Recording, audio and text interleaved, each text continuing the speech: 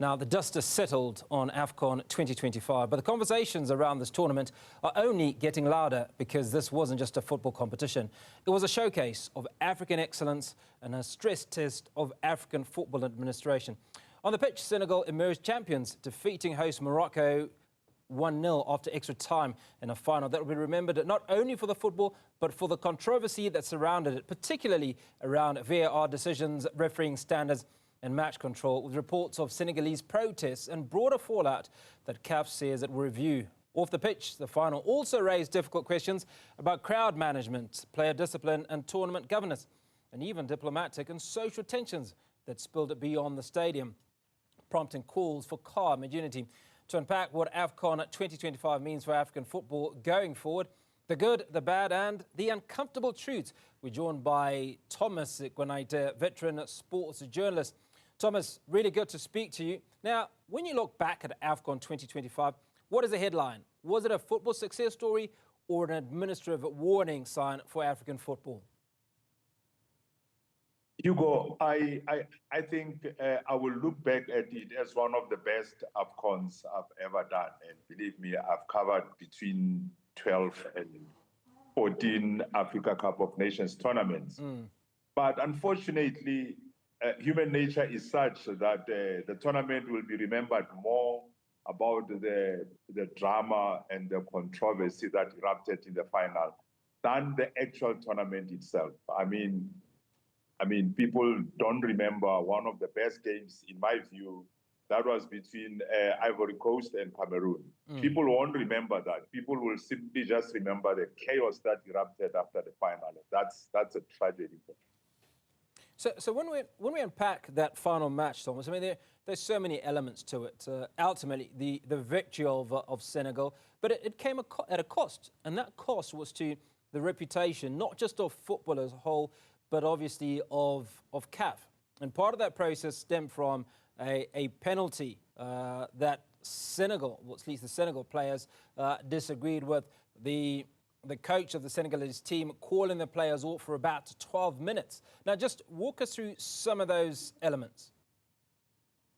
I think first of all, there was an administrative, not really an administrative blunder, so to say, but I think the refereeing, when you compare the refereeing standards to the last AFCON in Ivory Coast, I think the standards have gone down. They've gone below par. And some people are blaming the sacking of the former head of referees, who was so excellent, and his team at the Africa Cup of Nations in Ivory Coast. I mean, even Europe kind of commended Africa in terms of the way they handled the VAR during the AFCON at Ivory Coast. Unfortunately, the head of referees was fired, and as a result, let's be honest, the standard has gone drastically down. And we could see, I mean, there was a chorus of calls. In fact, there was people who are saying there seems to be a conspiracy to help Morocco get to the final. When you look back at the group match between Tanzania against Morocco, there was a clear, blatant penalty that was supposed to have been awarded to Tanzania. It was just brushed off. It turned out the VAR was not functioning. And then there was a penalty call against Cameroon, between Cameroon and Morocco. Once more, the penalty was not given. And you can't help but kind of sense that there was no need, really, if this is in case the truth, there was just no need for the referees to kind of favor Morocco in some of their decisions, because football is supposed to be a game of gentlemen. You win some, you lose some. And if Morocco were not good enough, irrespective of the fact that they were hosts, they were supposed to lose, you know. And for me, that is why you saw Senegal coach Pape Thiaw calling his players off, which I condemn. There is no way that as a leader, as a coach, you have to call off your players off the pitch. And the rules are clear. Thomas, if you walk off the pitch without the consent of the referee, That's it. It's over. Okay, Tom. And the referee was wrong in terms of the rules. The minute they walked off the pitch, he was supposed to have punished them, but he didn't. So it raises a lot of questions about the standard of refereeing at this tournament. So let's look at two specific issues, right? The one issue you've mentioned, which is the Senegal players walking off the pitch. Now that is poor sportsmanship, regardless of the decisions or mistakes that the referee might make, and you've agreed you don't condone it. But there's also an incident where the ball boys, right, were continually harassing the Senegalese goalkeeper, taking his towel away because obviously the conditions were wet and he needed to continually dry his gloves, right? Now, that happened throughout a huge part of the game. Now, there's also allegations when you talk about how football federations handle each other, is that once you go up north, there's always trouble. There's a lot of stuff that's not necessarily illegal, but seems a little bit unethical or unfair.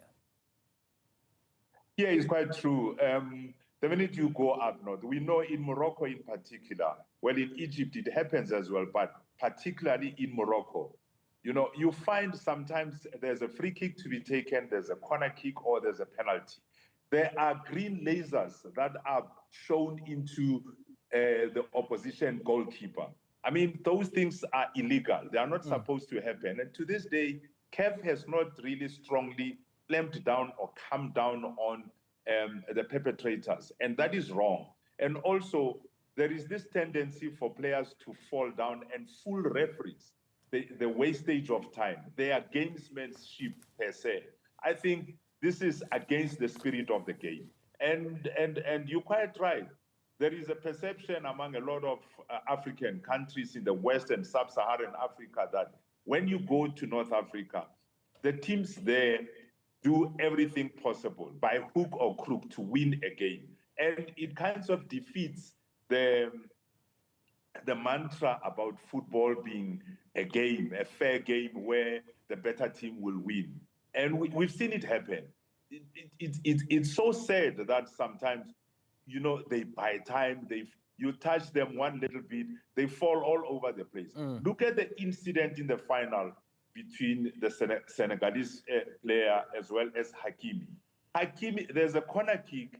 Hakimi clearly goes out of his way to push the Senegalese player. Unfortunately, the player was too strong for him. He pushed him down and he headed the ball against the crossbar and another player spotted the goal. And the referee had to blow his whistle and declared it a foul. Yeah. And Sorry, Thomas. That the foul has been committed, and that's sad. I'm afraid we've run short of time, but I'm going to have to thank you for making time to speak to us and unpack those issues for us as an individual who was on the sidelines of AFCON 2025. Thomas Kwenaite, a veteran sports journalist and broadcaster, speaking to us around that final in Morocco as Senegal emerged victors.